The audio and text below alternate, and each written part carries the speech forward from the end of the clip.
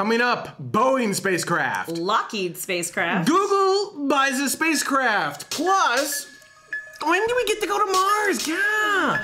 Stay tuned. Tomorrow begins right now.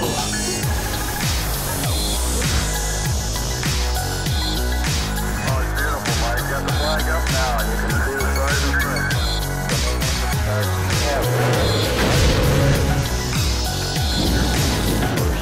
Private space station.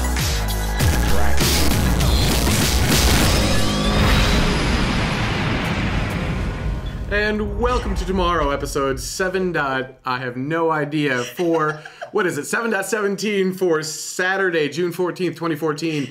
My name is Benjamin Higginbotham, and with me, as always, is my beautiful, lovely, wonderful, and talented wife, Carrie Ann, and we'll be your hosts for this episode. Now, before we get started, I did want to give a huge thank you to the patrons of tomorrow who helped make this episode happen. These are the people who have contributed at least $10 to this specific episode, and you can get more information on that at patreon.com/TMRO. We are indeed a crowd-funded show, so every dollar, you can contribute $1 per episode, $5 per episode, every dollar helps. And in fact, we'll talk a little bit about more at the end of the show. We are over the $500 mark. We are so close to our next goal, which will help us get some additional equipment for some social media integration that I think will be really, really powerful and popular and cool. All right, so let's go ahead and get started with some space news. Boeing has unveiled their CST-100 mock-up. They had a press event, and here are a few images of it, by the way. A press event on Monday, June 9th, 2014, and this was done in the facility in which they'll be making it. That's Orbital Processing Facility 3, or OPF-3. Well, I know. And it's pretty much, so there are, the reason this is cool, and the reason I wanted to bring this up in the news, is that we just had the Dragon Mark II unveiling. Right. Now we've got the CST-100 mock-up unveiling. These are some of the images. We've got the Orion spaceship. Yes. And then we've also got Dream Chaser, all concurrently being made Yes. at the same time, serving slightly different purposes. So we've got all, last week's, or the last episode we had was titled Spaceship, Spaceship, Spaceship. How cool is this that we truly do have like 4 different spaceships being made Very for cool. different things. Now, you might be thinking to yourself, why do we need 4 different spaceships? Well, you want redundancy, right? You do. You want to make sure that knock on wood, something terrible happens to one particular company or one particular vehicle or one particular spaceship, that you have another way to get the people you have to where they need to be. Absolutely. It's just Redundancy is common sense. good. Redundancy now, is the good. chat room's giving it some fluff, saying, a Factor says, "Where's the toilet?" Mini Elon says, "Dragon V2 is better than this." It's ugly. Johan says it's ugly or ogly, as he Sure, originally I mean said. it can be ugly, but that's not the point. Its Soyuz entire isn't purpose- beautiful either. Okay, so but it Right. gets the job done, doesn't it? Its purpose. The CST-100 has a very specific purpose, and that is to ferry astronauts to and from the International Space Station. Now, Dragon V2, it might go further, it may not. I don't know what its purpose is. And Orion's purpose is deep space exploration, something Right. beyond low Earth orbit. Dream Chaser is also a ferry. Now, if we're judging the spaceship on design only, I think Dream Chaser wins here over CST-100 simply because it's a miniature space shuttle. Yeah. It's a cute, adorable little space shuttle. But both of them will be launching on an Atlas V rocket, so that will be interesting. They're both part of the commercial crew transport program. Actually, the Dragon Mark II and the Dream Chaser, all part of that program. And for this particular one, they were awarded $600 million from NASA. They're actually the largest award. Interesting thing here, to give them a little bit of guff. So they got the largest chunk of the contract. This is Boeing, right? Largest chunk of the contract. They are the furthest behind, right? Because the Dragon prototype was revealed. Sure, but Boeing is part of ULA, correct? ULA is part of Boeing. Okay, so ULA is part of Boeing. So, I mean, they've been busy because people are suing them and stuff. And so they got other stuff to do. I guess. Besides just making a mock-up. Even Dream Chaser.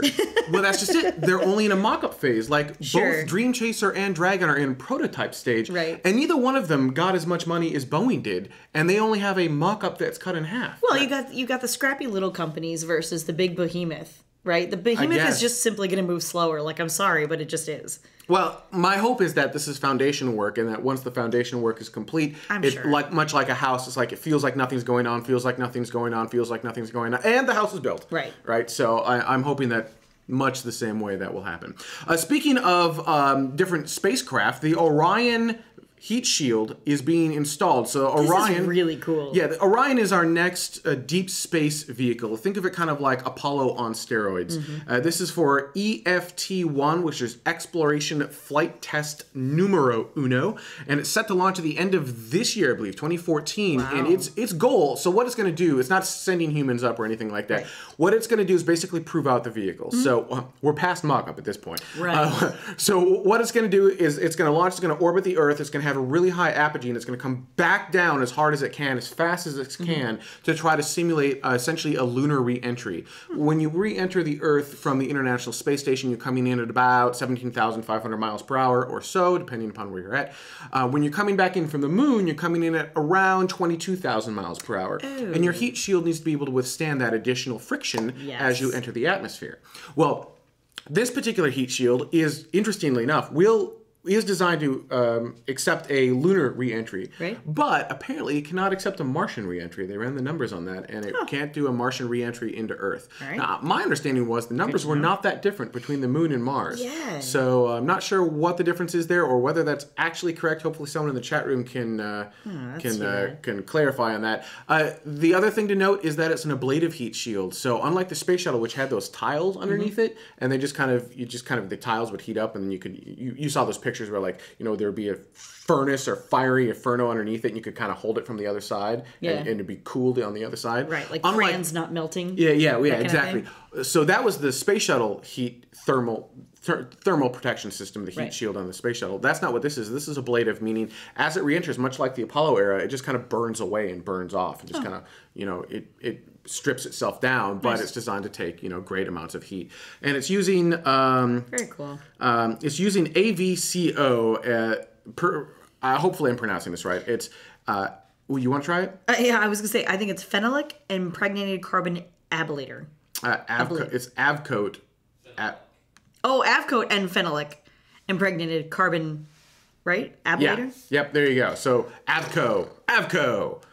Sure. We're Sounds gonna like a go with commercial. that. There you go. So Orion making way, and Orion, again, the deep space vehicle. The next Falcon 9 launch has been delayed again, but it's not necessarily SpaceX's fault. In fact, this last Friday, they had a static fire, meaning they brought the vehicle up at the launch pad, they fueled the vehicle as if it were going to go into space, they fired the engine for a few seconds, but they never let go of the vehicle, so it never was able to commit to space. What that did is it proved out... Static fire, yep. What that did is it proved out the vehicle. It's like, yep, vehicle's good, the engines are good, we're ready to go, and Orbcomm was like, hold. Ouch, man. Ouch. That just hurts. Orbcomm, the customer on the SpaceX Falcon 9, has requested a delay to figure out issues with their spacecraft. They've got a constellation of 17 of these spacecraft that are going to kind of supplement and then eventually replace their existing constellation. It does require all 17 of them, and they're going up essentially 6 at a time. So, well, that's not entirely true. So it goes up 6 in the loader for this particular launch. Right. And then the next launch that they have will have all the other, I think it's actually 12, which adds to 18, but their notes on their website said 17. So I'm not sure how that works. But so you got 6 on this one and then 12 on the other one. So 18 for the constellation. And they're having issues. They want to make sure that the satellites are healthy before they commit them to space, because kind of hard to do repair work in space. So we're holding. There is no new date set for the rocket launch at this time, at least no fully committed date. Gotcha. Bulgaria becomes a member of the European Space Agency. Yeah. So ESA, or the European Space Agency, is an intergovernmental organization that implements space policy in Europe, for those of you who do not know. And all of the EU member states, out of all of them, only Bulgaria and Croatia have not signed agreements. I know, which is kind of interesting, I thought. But at the same time, I was sort of looking at it and thinking, well, what are Bulgaria and Croatia really doing? Doing in space? In space? Well, so now maybe they didn't feel a need to. Well, now Bulgaria is part of ESA. So there you go. It's going to provide the Bulgarian enterprises and research organizations to projects for development and implementation of high-tech products and services. And congratulations, Bulgaria. Go Welcome to Bulgaria. the space age. Sounds terrible. It does. Sounds terrible. Aw. But no, I mean, every nation, in my opinion, everyone should be a part of a space program somehow. Totally. It doesn't have to even be a country, just so long as you've got businesses or something working in space. You know, that's You don't want to be left behind. After 8 years, Venus Express is diving into the atmosphere of said planet. Check it out. So, launched November 9th of 2005, Venus Express has been circling our nearest planet, Venus, since around 2006 or so. It's been studying the ionosphere, atmosphere, the surface of the planet. We've been getting pretty cool imagery back, really good science back. But those routine science experiments are now complete, and what you're watching right here is what they're going to do to Venus Express. Poor little Venus Express. I know. Which, by the way, is currently the only orbiting satellite we have at Venus. Yeah, Only dude, what one. a shame that is, man. Yep. So they're gonna ESA, speaking of the European Space Agency, is gonna command Venus Express to dive into the atmosphere. It's already done that, and it's gonna try to aerobrake and slow itself down using the atmosphere. And they're gonna try to get as much data as they can. So it's kind of one last final Hail Mary of science. There we go. That's a Freudian slip if I ever heard one. So it's going to slide into the upper atmosphere. It's going to aerobrake. It's going to be awesome. And what it's going to do is the data we gather back from that will hopefully allow us to help land other vehicles on similar atmospheres or something in non-Earth-based atmospheres like, you know, Venus or Mars or something like that. Again, landing a vehicle on Mars is actually very complicated. The atmosphere is thick enough to create a problem, so you create friction, but thin enough where you don't have enough friction to help slow you down enough. So you've got this weird, like, it's not soupy enough, but it's just soupy, right? So it's this weird state of how do you slow down and not, you know, not impact? Absolutely. So hopefully we'll get some really good science from the end of Venus Express's life. It's actually been it's been working pretty good thus far. They're kind of surfing it along the atmosphere. And apparently the status report I saw as of, I think it was yesterday, was that it was successful and it's still going. So Yay. huzzah. Nice. Google, and you know, someone said in the comments, apparently I'm saying huzzah more on the show. Someone said in the comments for our last show that maybe huzzah should become a drinking game. I do not suggest that. You could get alcohol poisoning, and we do not condone alcohol poisoning. It's okay, because huzzah is not a thing. Huzzah is a thing. All right, Google has bought Skybox Imaging. We actually did a story about Skybox Imaging not that long ago, and check this out. This is from. Is that to infer that Google watches our show? Yeah, right. Larry Page is like, oh, tomorrow's on. Let's see what what we should buy from. I like how everyone is laughing. The director is laughing. Carrie Ann is laughing. Right. Larry Page doesn't watch the show. What was it we were talking about? Skybox. They have SkySat-1, which was launched November 23rd, 2013. This is, if you look, this is not a still image. You can see, this is Las Vegas. And you can actually see the cars moving along the street in Las Vegas taken from this satellite. And the reason this satellite is such a big deal is that it's tiny, it's really efficient, and it's really low cost. Traditionally, getting imagery of this magnitude is scary expensive. Yeah. And you got to launch, you know, a bunch of geosynchronous satellites. It's really hard to do. Or it doesn't have to be geosynchronous, but so they can grab 90-second clips at a time, and this is what they look like. And Google has bought them. Now, what are they going to do with them? Not entirely sure yet. Not entirely sure. There's pretty good things you can use with it. Right? Google Maps is an obvious, like, you know, you could. Wouldn't it be cool? They have not said they're going to do this, but wouldn't it be cool if they launched a constellation large enough to cover the planet, and you could, in Google Maps, you could go live view of Earth right here, and you would have a live view of what that area. That'd be creepy. I was just gonna say, stalker comes to mind. A little bit, cool. but also consider what it can do for their traffic information. Yeah. Because they'll be able to see where there are, assuming there's no clouds in the way, where there are traffic buildups. They could also use it for their autonomous driving vehicles. They could do some pretty cool things with this. They could also use it they could use the base technology possibly for internet. They've got Project Loon. That's where they take the balloons and launch them up, and then it becomes kind of a giant access point for internet. Well, instead of doing a balloon, what if you did satellites? What if you did low-cost satellites like this? Maybe you do imagery, maybe you do... there are many different things that Google could be doing with this. It's also exciting to me because it shows that a space startup can get bought out. It's not just the technology startups now. Now you've got a space startup. Right. And maybe Planetary Resources is kind of in that same camp. Maybe the hardware they're working on, someone's going to be like a Microsoft, be like, ooh, we want that. It's a cool thing, I think. I thought it was a pretty awesome that it has happened. Yeah, no, totally agree. On that note, I think we're going to take a quick break. And when we come back, our main topic, which is, seriously, when do we get to go to Mars? Gosh. All right, stay with us. Tomorrow we'll be right back. Look into her face, determination in her eyes. She won't give up or quit or follow little fashion lines. Filled with awesome expectation. This girl's a fascination. Nothing in her way will keep her from her destination. 'Cause she's fire walking. She's fire walking. When it's hot, she keeps on moving. Her heat keeps on improving. Yeah, she's fire walking. She's fire walking to be free.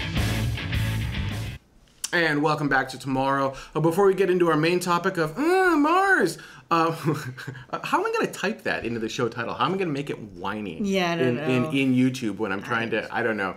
I did want to thank the patrons of Tomorrow who have made this segment of Tomorrow possible. These are the producers of Tomorrow, and they have contributed at least $5 to this specific episode. So $5 or more contributed to this episode to help make it happen. Once again, we are a community-funded show, so your funding of this show helps continue to produce us week after week. More information at patreon.com/TMRO. I'm a huge fan of the Patreon stuff. Actually, there's some cool stuff we're going to be doing at Patreon next week, so stay with us, and After Dark, we'll talk about that. And speaking of, we'll talk about that in the third segment. Did you want to talk about the comment up first, up front? Okay, so this is from Fabio. Yes. Another fabulous comment from Fabio. He is a regular, solid commenter. Yeah. This good stuff. Yeah, no, for sure. So Fabio says, the first job of colony on Mars will be to figure out what the technologies are, what the technologies and how to live cheaply and reliably there. That might go on for maybe 10 years before a quote-unquote Martian habitation system is really well understood. Now, I don't believe that people will wait for that to happen before expanding the colony. Many people will go to Mars before they're really ready for that. There will be accidents, mistakes, and death, but that's just the price. Yeah, and that's a good comment, because it's kind of so the point of this segment is, what do we need to do to finally actually get to Mars? We've been talking about this forever. I mean, we've been talking about going to Mars my entire life. Not us, but I mean just humanity in general. You probably have. Well, I was born, I'm like, Mars! And then I peed. We've had these conversations about Mars for so long, right, and we keep saying, yeah, we'll be able to do it soon, yeah, we'll be able to do it soon, yeah, we'll be able to do it soon, but what are the remaining roadblocks to actually making it happen? Right?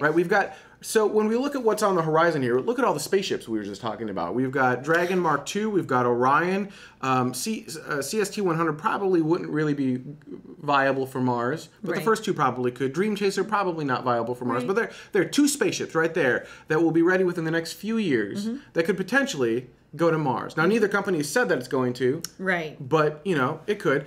Now we need something to lift the vehicle to Mars. We've got Falcon Heavy, which would most likely be able to get humans there, or at least a Martian Apollo 8 style, right, kind of orbit Mars and come back. Although, wouldn't that kind of suck? I suppose, question to the community. Would you want to be on the first spacecraft that's spam in a can, right? Yeah. Right? Yeah, I mean, it's you and two of your closest friends for, how long would that be? That would be, Isn't there something that's like that? Can you even Apollo 8 that, though? Because you've got to you need to kind of go there and stay there for a while before you can come back. Isn't there already a thing that's trying to do that? Yeah, there's Inspiration Mars, Inspiration Mars, right? Yeah. Yeah. Yeah. That's pretty much exactly what they're trying to do. But actually, chat room, people smarter than me, rocket scientists query, with the Apollo 8 style moon, right? Apollo 8 to the moon, right? It made it kind of a figure 8 around the moon. You went to the moon, you used the lunar gravity to kind of slingshot you back to Earth. Brilliant. That works, Apollo right? 8 too. But doing the same thing on Mars. You get to Mars and you sling around Mars, you can't come back to Earth. It won't be where it was before. Right. So do you just make a really long journey on the way home and you kind of slingshot way around and, it takes 7 months to get there and 2 years to get back? What do you do? How does that work? I don't know either. So I'm asking the rocket scientists in the chat room live right now, and then also on demand. How does that work? I had not thought about that until we're live on the air. Okay. So, and then the second question part of that was: would you want to be that person who gets to go around Mars, but not actually land on Mars? That's for like the next craft or the one after that.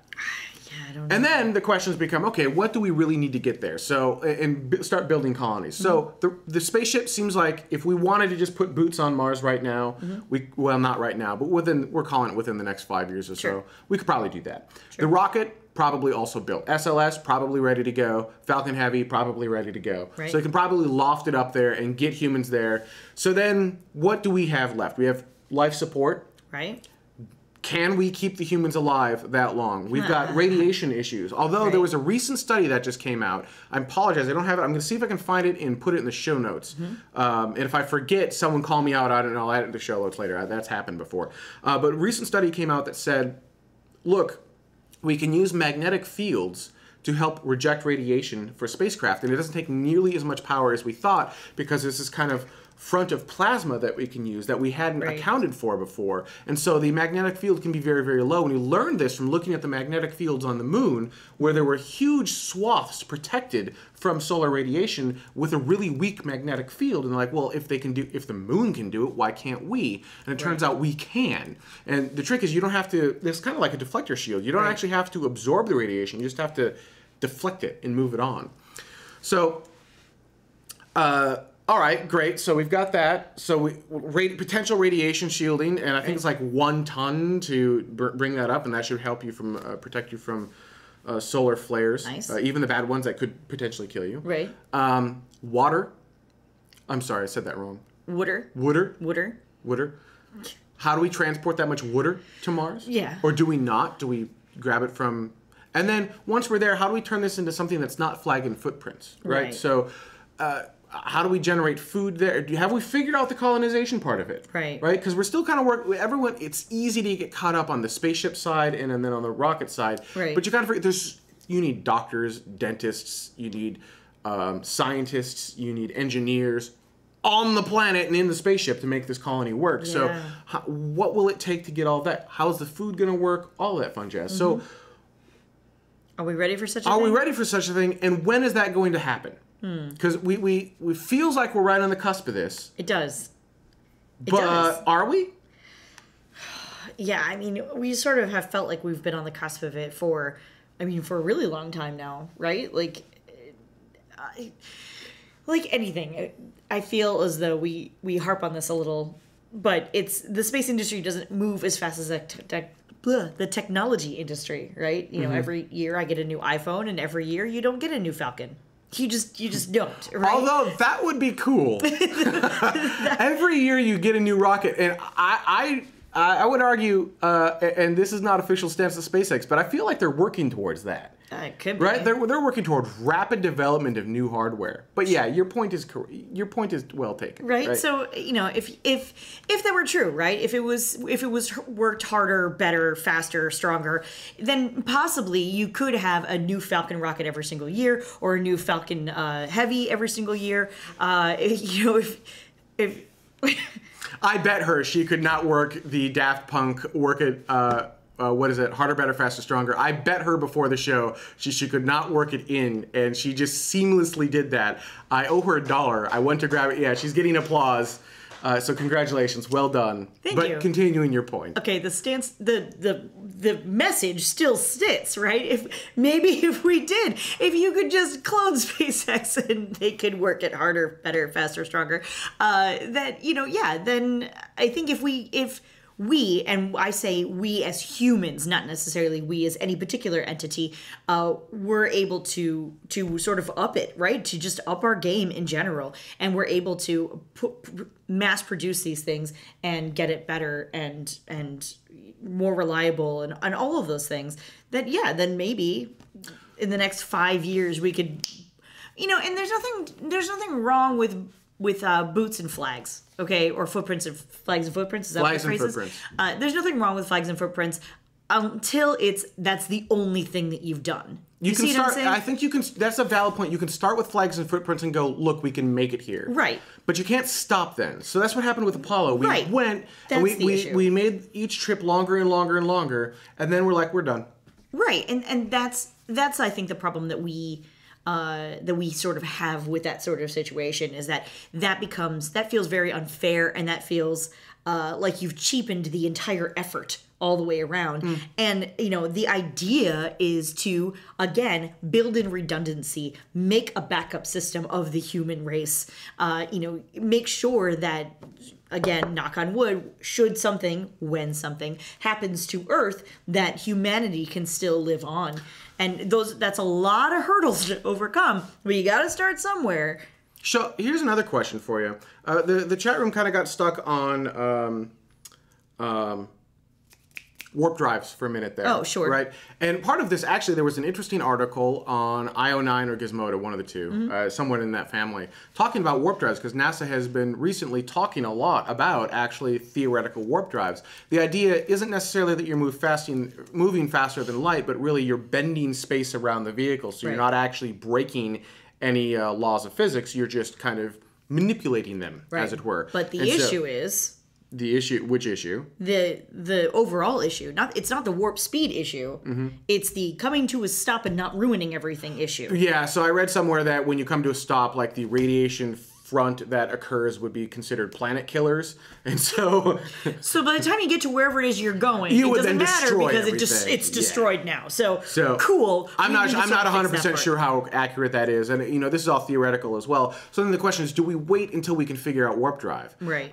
There's actually, interestingly enough, part of the reason I know this like this is we had a Space Vision 2013, I think it was, faster than light seminar, Yeah. and they picked up on that, and it went from like 5,000 views to 500,000 views. Right, one of our videos. That's what we're saying. In one of our videos in like 2 Yeah. days, and like I'm getting alerts on my phone. I'm like, what has happened here?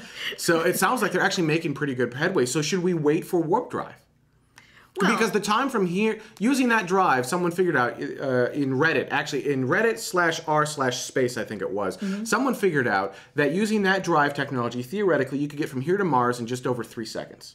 Wow, that's practically transport. Wait, hang on. No. That's practically Wait. like beam me up. For those who are Star Trek fans, that would be approximately warp 4. That's crazy pants, you guys. That's pretty awesome. That's But it's sci-fi insane. still. It's not real. Sure, but So do we wait for that? Do we I put don't all know. of our effort into that? Or do we... all right, is it really planet killer? Like, can we go there? Because Mars is kind of a dead planet anyway. Can we just like go there and go? It's okay, guys. go there and just sterilize it before we get there? Sure. Whatever. Then we'll just be there, and we bring. So everything with us? Helldesk brings up a valid point in the chat room. He says because you can always wait for something better and never get anywhere. Oh, Valid point. Valid point. That's like the the Ghost 25 battle on cry Earth for to Mars in procrastination. 3 seconds is a wow. But yeah, so then, all right, so we're not going to wait, right? We're antsy. We want to get off this planet now. Let's do it. What will it take? So I'm asking you, community of tomorrow, what do we need to get to Mars? Obviously, we need a spaceship and we need a rocket. We need radiation protection, both on the spacecraft and on the planet. We need water. We need food. Those are the basics to survive, right. right? And a bathroom. A working non-Russian space station bathroom, because that doesn't work. So those are the things we need. Well, it's always broken. I didn't say anything. It's always broken. I didn't say anything. Those are what we need to survive, but what else do we actually need to colonize Mars? And when can we do it? When is this a reality? So do we do it in Dragon Mark II? Do we do it on Orion? Do we wait for the next generation? Right. You know, Elon has talked about MCT. Do we wait for that? Right. When is this going to happen? Is this 5 years away? Is this 10 years away, 15 years away, and 20 years away? And why? What do you think? Constructive comments. Very gladly welcome on all of our different things. There was one last thing. There was also a great article, and this was actually in on Reddit again /r/SpaceX, and the title was "What do we need to be researching to put a colony on Mars?" Similar concept. It's kind of the inspiration behind this particular episode, which was, what do we need to be researching? What are the pieces that we're missing, and who's going to do that? And how long will that take? Let's just say that, let's say SpaceX is ready to go in 7 years. So the rocket's ready, the spacecraft is ready, but are we as humanity ready, or are we missing major parts of the puzzle? I don't know. Leave your comments in the chat room. Let us know what you think. And I think it'll be an interesting conversation. We'll talk about it next week. And speaking about talking about it next week, we're going to take a quick break. And when we come back, comments from our last show, as well as, because we didn't have a show last week because we were on our anniversary, we did something called a Disney Jump. We're going to show you pictures of what the heck that is. It's not space related at all, but it's fun. So stay with us. We'll be right back. 1, 0. Liftoff. The fleet of space shuttles were doing amazing things in space. We've got all your space geekery right here. And welcome back to Tomorrow.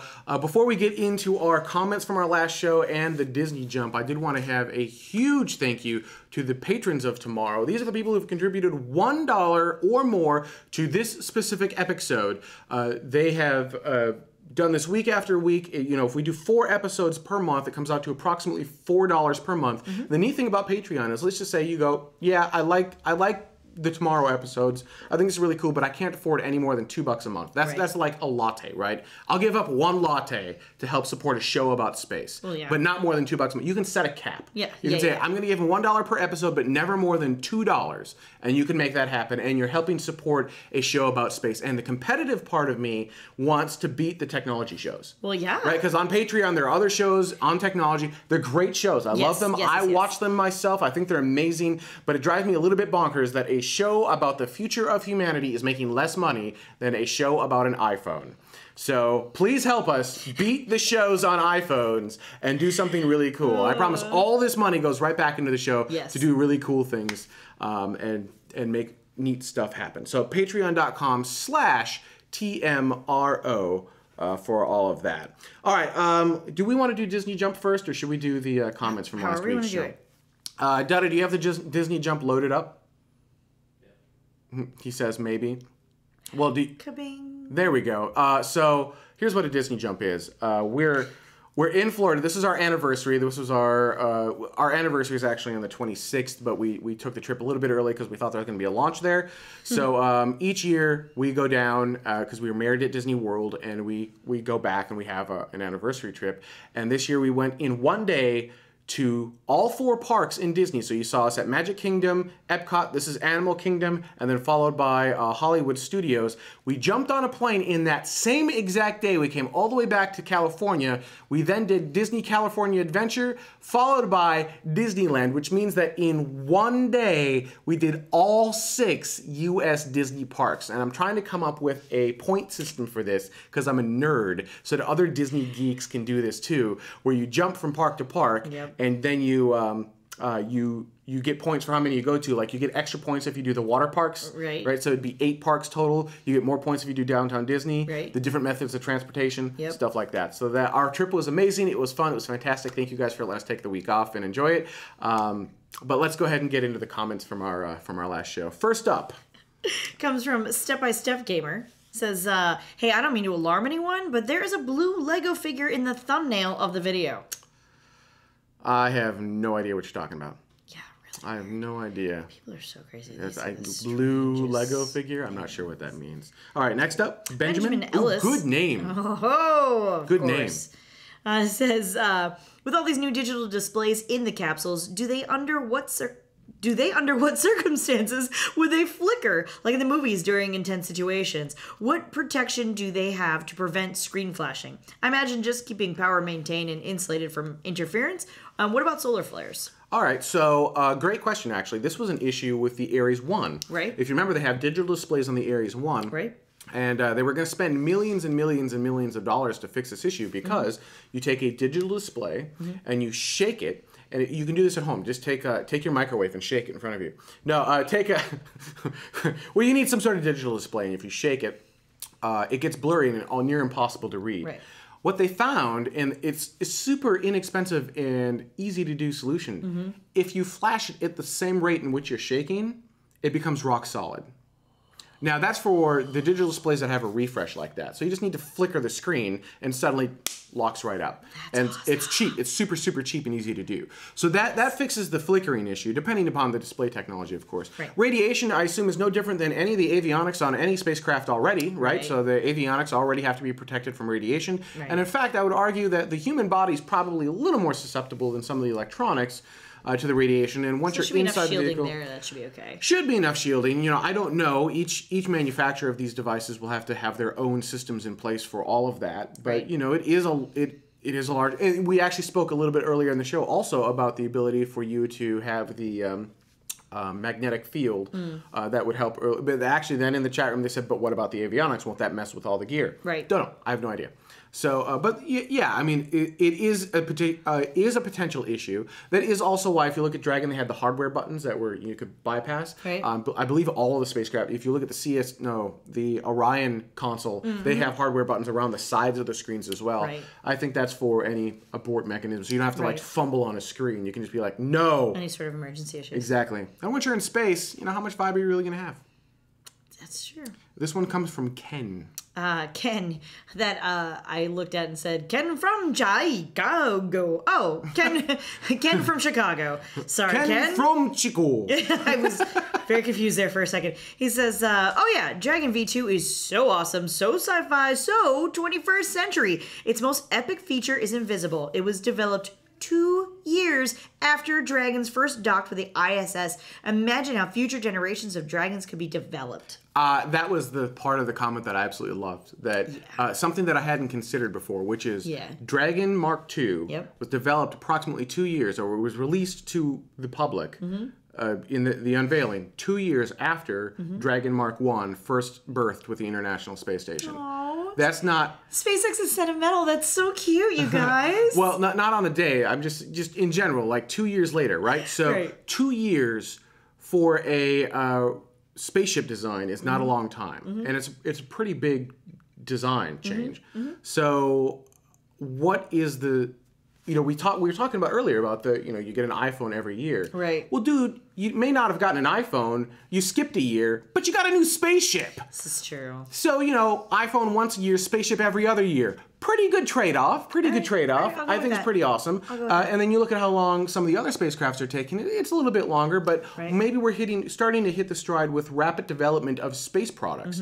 That's going to be cool. And if you look at Dragon Mark II with the Super Draco engines being 3D printed, how much more of the vehicle will we be able to 3D print in the future? Or one would argue, if you could make the machine large enough, and understand this is way bigger and way inefficient, but play with me for a moment here. Sure. Make the machine large enough. Why not 3D print the entire vehicle? Ooh. Yeah, bad idea. I know. The manufacturing guys are going to be like, dude, you're crazy. That's not going to work for these many different reasons. But conceptually, just think about what you can maybe do with like much larger pieces, and being able to do that from a if we just make spacecraft humans standpoint. smaller. Or we'll just fly Kerbals. Yes. See. We're only going to fly Kerbals in the future. Right. Done. I love the username from this next comment. This username is ULA sucks. Politics got How do you really feel? I know, right? What do you really think there? Well, it makes me wonder if somebody just created this account just so they could have this name on top of this comment. Most likely, yeah. Which, 2 points you, sir. Or ma'am. Politics got the first orbital spaceflights off the ground, but maybe politics is now holding spaceflight back. Would an international, non-governmental organization be able to spur cooperation and collaboration across petty Earth boundaries and encourage work towards establishing a permanent human presence beyond Earth? An international space program? And is TMRO the organization that will lead the effort? Join the organization of tomorrow to help us. That's the kind of the voice you need. The help our boys overseas. I like to think that TMRO is here to help inspire the planet to reach for the stars. I don't like to think that's why we're here, right? We're here to inspire everyone and get them excited about space travel again. And my hope is that you do have politics, right? You absolutely do have politics, but at least here in the United States, if the politicians don't do what you want them to do, you vote them out of office. Yep. And if you make space a topic that people care about, and you have senators that are doing things that are anti-space, anti-human advancement in space, and all just jobs program stuff, bring that to the attention of everyone, and then they get voted out of office, and someone who is pro-human advancement to space gets put in office, ideally. That is what I think our role kind of is to get everyone excited. We don't necessarily want to set policy or do any of that, but that that's why we're here. And flags and footprints wasn't bad. It served a role, and it created the whole tension between the U.S. and Russia at the time, or Soviet Union at the time. Right. Created humanity's finest moment, I think, right? Humans walked on an alien body. We've never done that again. We did that through Apollo 17, and some say the secret Apollo 18 mission. Dag. And it's a movie. It's a movie. I know. And we've never been back. And it wouldn't be cool for us to get that sense of wonder and exploration and excitement again, that sense of awe, and do it without the whole scare of the Cold War. Right. Do it correctly this time, without Right. the political side of it, because we want to, not because we're racing to do it because we feel we have to. I think that's more exciting than the Apollo era.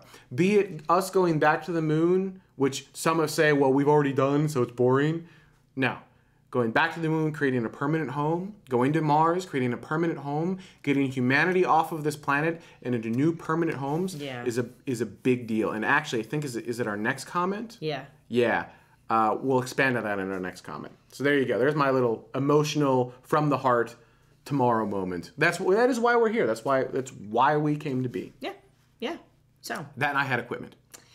Next comment comes from Bernardo. It says, getting out in space as a species, not as this nation or that nation, doesn't sound utopia to me. It actually sounds inevitable. Stephen Johnson points out that every revolutionizing piece of technology we create increases our connectivity. The more connected we are to each other, the better we understand each other, and the faster we build a common global culture. Michio Kiko also talks about becoming a global Type 1 civilization by 2100. We're fast-paced at the path of realizing we're all Earthlings and we need a Earth flag. Speaking of Earth flag, and kind of talking on the last comment a little bit, and kind of bonding together as a species and as a planet, as opposed to a nation or a country. Right. Do you know who the author is? I don't offhand. I will find it. So there was an author who did, in fact, create these flags, and I'd like to share them with you now. They used to be on shirts, but we can't find it anymore. First up is, in fact, the Earth flag. Check this out. So there you've got the sun. Here, I can do this. You've got the sun, and the Earth, and our moon. And they also he created a flag for all the planets. We're only going to show you a couple. The next one is Mars. So if you go to the Mars flag, there's the sun, Mars, and Phobos, and what is it? Demios, isn't it? Yeah. Okay. The author is The Freck. TheFrek on Reddit. And still active on Reddit, Still active, yes. As Zigger says, not to scale. No. But it's a flag. It's a flag. It's a flag. What do you want? Then he continues on, and here's the flag from 2020 from our solar system. Love this. Check this out. Go full screen for these at this point. So here you've got humanity is only present on Earth and the moon. And so you can see our local sun, the Earth, and the moon highlighted. Then he moves on to 2044 and says, humans have settlements on Earth, the moon, Mars, its moon, and Ceres. Yeah. And 2087, I think, is next. Okay, good. This is where we're starting to figure out where the timeline comes into play. 2 more objects in the asteroid belt have been colonized, as well as Europa and Venus. I'm not sure. Okay, yep, that works.